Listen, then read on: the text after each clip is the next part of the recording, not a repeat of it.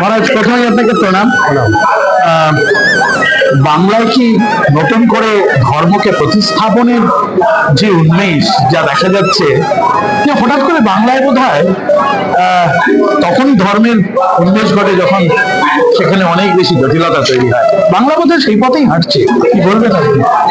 বাংলার এটা নতুন নয়, আমাদের ধর্মীয় আলোচনা বা ধর্মের প্রতিষ্ঠা বাংলাতে বহুকাল ধরে রয়েছে, যুগ যুগ ধরে রয়েছে।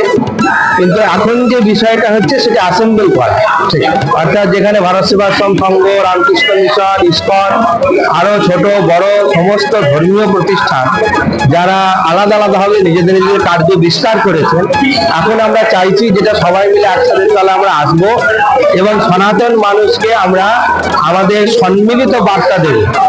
কারণ কি, সংঘ শক্তি কলহ যুগে, সেক্ষেত্রে আমরা সবাই সনাতনী এই বার্তাটা আমরা তৈরি করতে চাইছি। মহারাজ, এই যে আমাদের ভারতবর্ষের বিশিষ্ট সাধুরা এক হয়েছেন, বাংলার মানুষরা এক হয়েছেন, আসলে সমাজের ক্ষেত্রে দেখা যায় যে বাংলার সাধুরা একটু বোধহয় অন্যদের থেকে, অন্য জায়গার মানুষের থেকে একটু বোধহয় আরো অনেক কোমল, মানে মায়ের ছেলে হিসেবে থাকেন। তাদের এক করতে যাওয়া এবং গীতাকে তাদের মধ্যে ঢোকানো, এটা খুব কঠিন কাজ। কিভাবে করছেন আপনারা? কঠিন বিষয়টা এমনিতেই রামকৃষ্ণ মিশন বা ভারত সেবাশ্রম সংঘ, ইসকন বা আরো বিভিন্ন প্রতিষ্ঠান, গৌড়ীয় পরম্পরা, এই একটা গ্রন্থ, যে গ্রন্থের ওপর সকলেরই কম বেশি চর্চা আছে শিষ্য ভক্ত সাধু সন্তদের মধ্যে, তার নাম শ্রীমদ্ ভগবত গীতা। পৃথক পৃথক ভাবে কেউ কথামৃতকে মানছেন, কেউ ভারত সেবার সঙ্গে স্বামীজির বাণীকে মানছেন, এটা তাদের নিজস্বতা। কিন্তু একটা কমন বেসিক যে জায়গা, সেটা হচ্ছে শ্রীমদ্ ভগবত গীতা।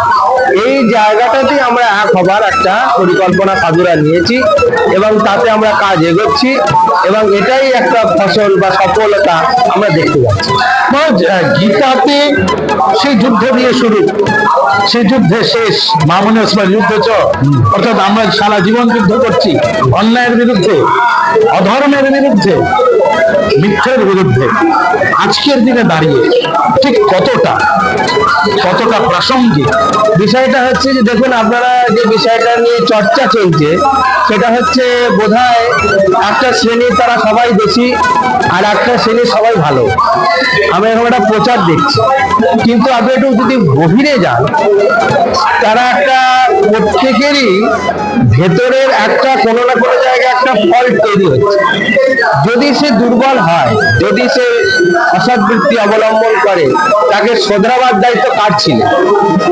যেরকম ভাবে একটা পরিবারে একটা ছেলে যদি অসভ্য তৈরি হয়, তাকে শাসন করার দায়িত্ব কার? পাড়ার লোকের না তার বাবা মা? এই ভূমিকাগুলো আমরা কোথাও যেন হারাচ্ছি। হারাতে হারাতে সমাজে একটা যাকে বলে রোগ উৎপন্ন হয়ে গেছে, যে করাপশন, হ্যাঁ, সমাজে একটা করাপশনের রোগ। এই রোগটা কোন একটা পার্টিকে ধরে আপনি যদি বলেন, আমি বলবো সেটা ভুল কথা। কারণ কি, করাপশনটা পার্টি ছাড়াও মানুষের নৈতিক চরিত্রের মধ্যে এসে যাচ্ছে। এর একমাত্র কারণ সেটা হচ্ছে সঠিক ভারতীয় শিক্ষার অভাব। পরের দ্রব্যকে না বলে লইলা চুরি করা হয়, এই যে কথাটা ক্লাস 1-এ শেখানো হতো, এটা তুলে দেওয়া হচ্ছে। অতএব আমরা এই যে জায়গা থেকে সরে যাচ্ছি, এর পুনঃস্থাপন প্রয়োজন আছে। ভগবান এই জন্য বলেছেন যে ধর্ম সংস্থাপনার্থায়, ধর্ম পথ থেকে সরে গেলে পুনরায় আবার ধর্মকে সংস্থাপন করতে হবে। এটা কেবলমাত্র কবে তিনি অবতার হয়ে আসবেন তার জন্য অপেক্ষা করব, সেটা কিন্তু নয়। নৈতিক চরিত্রগুলোকে আমাদেরই সংশোধন করতে হবে। তাহলে তো সেক্ষেত্রে আমি যেটা বিশ্বাস করি, বিদ্যাসাগর সেই কাজ করেছিলেন, রামমোহন সেই কাজ করেছিলেন, বিবেকানন্দ সেই কাজ করেছিলেন, স্বামী বিবেকানন্দ সেই কাজ করেছিলেন। এখানে তথাকথিত সেইভাবে তো বিদ্যাসাগর অবতার বলা হয় না, কিন্তু সমাজের কোনো একটা দুর্বলতাকে তিনি সংশোধন করার রাস্তা দেখিয়েছিলেন। এই জায়গাতে এখন আমাদের সকলে মিলে নামতে হবে। ব্যক্তি কেন্দ্রিক ভাবনা চিন্তা থেকে সমষ্টিগত চিন্তার মধ্যে আমাদের আসতে হবে। সেই কারণে আমাদের এই আয়োজন। সবাই মিলে আমরা এখানের মধ্যে লাগি, তাহলে আমাদের এই বিষয়ে সুবিধা। মহারাজ, ইতিহাস আমাদেরকে শিক্ষা দেয়, কিন্তু গত 100 বছরেরও বেশি ইতিহাস আমাদের বাংলা, আমাদের ভারতের, সেই ইতিহাস 100 বছর কেন বলবো, গত কয়েক হাজার বছরের ইতিহাস আমাদেরকে অনেকটা পেছনে ফেলে দিয়েছে। আমাদেরকে ভুলভাবে ন্যারেটিভস তৈরি করে দেওয়া হয়েছে। বাংলার, ভারতের যে কৃষ্টির যে বিশিষ্টতা, সেগুলো আমরা হারিয়ে ফেলেছি। আমাদের পরবর্তী জেনারেশনের পর জেনারেশন সেগুলো পাইনি। নতুন করে আবার এই চর্চা, নতুন করে আবার উঠে আসা, বাংলা নতুন পথ দেখছে, ভারত নতুন পথ দেখছে, নব ভারত গঠন হচ্ছে। খুব আনন্দ হয় না মনে মাঝে মধ্যে? খুবই আনন্দের বিষয় এটাই যে ভারত আমার জগৎ সভায় শ্রেষ্ঠ আসনে লবে, আমরা সেই লক্ষ্যের দিকে এগোচ্ছি। হয়তো টার্গেট করছি 2040 সাল, 2050 সাল টার্গেট নিচ্ছি।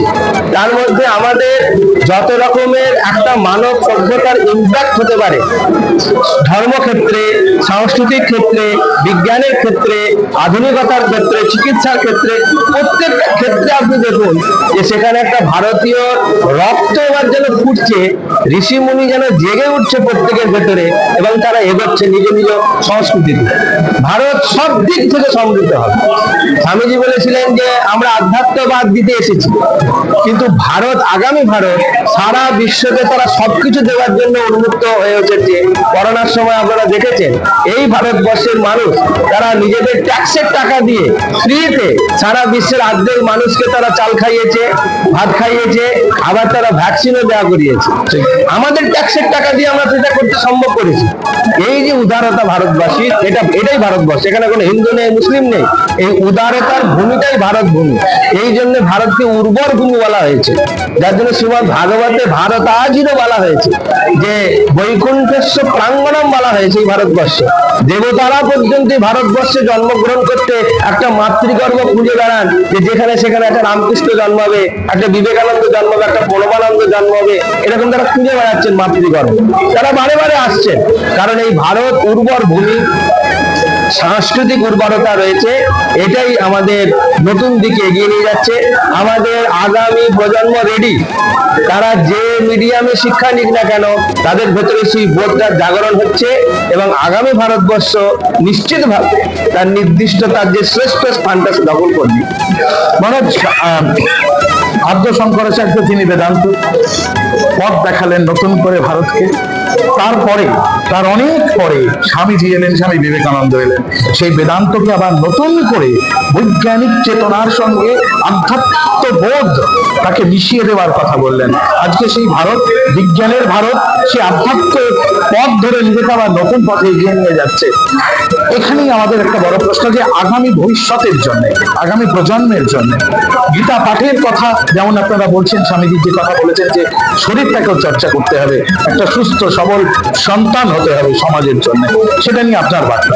বিষয় হচ্ছে যে যারা এসব কথাগুলো বলেন, স্বামীজির কথার ভুল ব্যাখ্যা করেন, তাদের উদ্দেশ্যে বলি গীতা তারা পড়েন না। গীতাতে কেবলমাত্র তারা যারা বলছেন, জানে না তাদের ধারণায় গীতা কি বস্তু।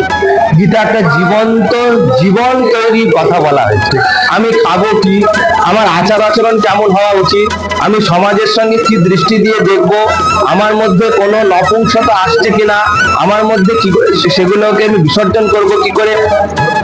অর্থাৎ জীবনকে তৈরি করতে গেলে যা যা সাবজেক্ট গুলো আমাদের প্রয়োজন, সেগুলো গীতাতে অধ্যায় অধ্যায় বলা আছে। সেইগুলোকে আমরা সংস্কৃত ভাষা বলে বা একটা ধর্মীয় পুস্তক বলে আমাদের সমাজ জীবন থেকে ধর্মীয় জীবনকে আলাদা করে দিয়ে তাকে আলাদা করে দেওয়া হয়েছে। কখনোই সম্ভব নয়। একটা সমাজ জীবনে আপনি বিশ্বের যে কোনো দেশ দেখে নিন, যে কোনো দেশের সমাজ দেখে নিন, সেখানে একটা ধর্মীয় প্রভাবযুক্ত সমাজ প্রত্যেকটা দেশ অবলা। আজকে আমেরিকা ধর্মীয় প্রভাবযুক্ত দেশ নয়, অস্ট্রেলিয়া নয়, ইসরায়েল নয়। বিশ্বের যেখানে আমাদের 50টার ওপর দেশ মুসলিম দেশ বলে ঘোষণা করেছেন, তারা কোনো ধর্মীয় প্রভাবে নয়। ধর্মের সঙ্গে মিসাইল ছড়ার কি এমন প্রভাব হয়ে গেছে? তারা কি মিসাইল চালাচ্ছেন না? আর নাকি তারা বিজ্ঞানে প্রযুক্তিতে উন্নত করছেন না? নাকি কিউবা আজকে একটা ছোট দেশ হয়ে তারা চিকিৎসা এত উন্নতি করলো কি করে? তারা কি ধর্মকে ছেড়ে দিয়েছে বলে চিকিৎসার উন্নতি করেছে? তা তো হতে পারে না। ধর্মটা তার নৈতিকতা। আমি একজন চিকিৎসক, আমি নীতিগতভাবে চিকিৎসক কি করে হব? গীতা পড়তে হবে, যেটা আব্দুল কালাম বলেছিল। ধর্ম তাকে ধরে থাকে, তার সমাজ জীবনকে ধরে থাকার মূল সোপান বা মূল অস্ত্র বা মূল শাস্ত্রই বলুন হচ্ছে সেটা গীতা। এই বার্তাই আমরা দেবার জন্য এসেছি। আগামী প্রজন্ম ভারতবর্ষ এমন তৈরি হোক যারা নীতির থেকে, কারণ আমরা কাউকে দোষ দিয়ে করাপশন বন্ধ করতে পারবো না। নতুন প্রজন্মকে আগে আমাদের তুলে আনতে হবে যে যারা এই শিক্ষাটা নিয়ে তাদের দেশ সমাজকে সামনে রেখে তারা কাজ করে যাবে। শ্রীমন্ত বিশ্বে আমরা অমৃতের পুত্র, এই কথা বারবার শুনি। আমাদের ভেতরের সত্তাকে জাগিয়ে তোলার কথা স্বামীজি বলেছেন, তোমার ভেতরে কি আছে জাগিয়ে তোলো। সেই অহম ব্রহ্মাস্মি জাগিয়ে তোলার জন্য গীতাকে প্রয়োজন। সেই বার্তা যদি আপনি একটু ছোট করে দেন। দেখুন, আমাদের আলটিমেট যে ফিলোসফির কথা বলা হয়েছে, একটা হচ্ছে সগুণ সাকার, একটা হচ্ছে নির্গুণ নিরাকার। আমাদের দেশে ঋষিরা গবেষণার দ্বারা এটা লব্ধ করেছেন যে সগুণ সাকার উপাসনার দ্বারাই নির্গুণ নিরাকারকে পাওয়া যায়। ঠাকুর শ্রী রামকৃষ্ণদেব এই যুগে এসে সেটা সরলীকরণ করে দিয়েছেন, সহজ ভাষায় বলে দিয়েছেন। যে যেখানে যাকে বলে কমলাকান্ত লিখছেন যে কালী ব্রহ্ম জেনে মর্ম ধর্ম সব ভুলেছি। আবার রামপ্রসাদ লিখছেন মা বিরাজেন স্বর্গ ঘটে। এই যে আমরা যে জীব আর শিবের মধ্যে যে তফাৎটা নেই, সেটা কোনো না কোনো জায়গায় একই সত্তা, এটা হচ্ছে আলটিমেট বিষয়। কিন্তু যেটা জগৎগুরু শঙ্করাচার্যের ব্যাখ্যায় বলেছেন যে আমাদের একটা প্রাতিভাসিক সত্তা আছে আর একটা হচ্ছে আধ্যাত্মিক সত্তা। প্রাতিভাসিক সত্তা মানে জগৎ, এখানে আপনাকে মা হয়ে থাকতে হবে, বাবা হয়ে থাকতে হবে, শিক্ষক হতে হবে, টিচার হতে হবে। এখানে একটা উর্দি না পড়লে, যেরকম হাতে লাঠি না থাকলে তাকে পুলিশ বলে মানা, সেই পুলিশটাই যদি তার পোশাকটা খুলে ফেলে, হাতে লাঠিটা ছেড়ে দেয়, যতই বলে ভাই আমি পুলিশ, সে মানবে না, সমাজ মানবে না। যেমন আমরা সাধু, আমরা যদি এই গৌরী কাপড়টা না পরি, আমরা যদি সাধারণ মানুষের মধ্যে ঘুরে বেড়াই, তখন আমাদের সাধু বলে কেউ মান্যতা করবে না। মান্যতার মানে এইটাই যে সমাজের যে বিভিন্ন স্তরগুলো রয়েছে, তার সেগুলোর জন্য আলাদা আলাদা পোশাক, আলাদা আলাদা ভাষা, আলাদা আলাদা তাদের দায়িত্ববোধ, এইগুলোকে অ্যাসেম্বল করি সমাজ। তো অতএব সেই জায়গায় আমরা যদি দাঁড়াই, এটাই হচ্ছে জগতের প্রতিভাসিত হচ্ছে। এটাকে যদি একটু আপার ফর্মে দেখেন, তখন সেখানে যুদ্ধের দেবতা কার্তিক, সেখানে আর জ্ঞানের দেবতা সরস্বতী, সেখানে ধনের দেবতা লক্ষ্মী। আমরা যেরকম হোম ডিপার্টমেন্ট বলছি, হোম মিনিস্ট্রি বলছি, ফিনান্স মিনিস্ট্রি বলছি, একটা দেশ গঠন করতে মিনিস্ট্রির দরকার আছে। তো সেরকম আমাদের এই পুরো দেশ বা সমাজের একজন কাউকে মানা হচ্ছে যারা সেগুলো ডিপার্টমেন্টাল দেখছে। কিন্তু ভগবান বলছেন, গীতাতেই বলছেন যে যেপ্যন্য দেবতা ভক্তা, যে অন্য দেবতারও ভক্ত করে কিন্তু সে আসলে আমারই ভজনা করে, সে আলটিমেটলি সেই সোহম, আমি সেই, এই জায়গাতে সে পৌঁছবে। এটা সাধনার উন্নত স্তর। কিন্তু আমাদের কাউকে মেনে, কেউ আমাদের একটা সৃষ্টিকর্তা আছে, কেউ আমাদের একটা পালনকর্তা আছে, কেউ আমাদের একটা ধ্বংসকর্তাও আছে। এই তিনটে অনুশাসনে আমাদের যদি সমাজ জীবন সম্বোধিত না হয়, তাহলে পরে কিন্তু আমরা সে আলটিমেট গোল অর্থাৎ সে অহম ব্রহ্মাস্মিতে পৌঁছতে পারবো। সেক্ষেত্রে আমাদের সাধনা স্তর সেভাবেই ঋষিমুনিরা সাজিয়ে দিয়েছেন।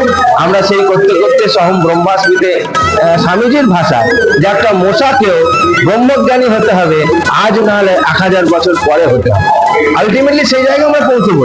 কিন্তু সমাজ জীবনে যদি নৈতিকতা ভুলে যায়, আমাদের চরিত্র যদি ঠিক না থাকে, তাহলে সে জায়গায় যাবো কি করে? সেটা তো বেসিকটাকে তৈরি করতে হবে, এটাই মূল বিষয়।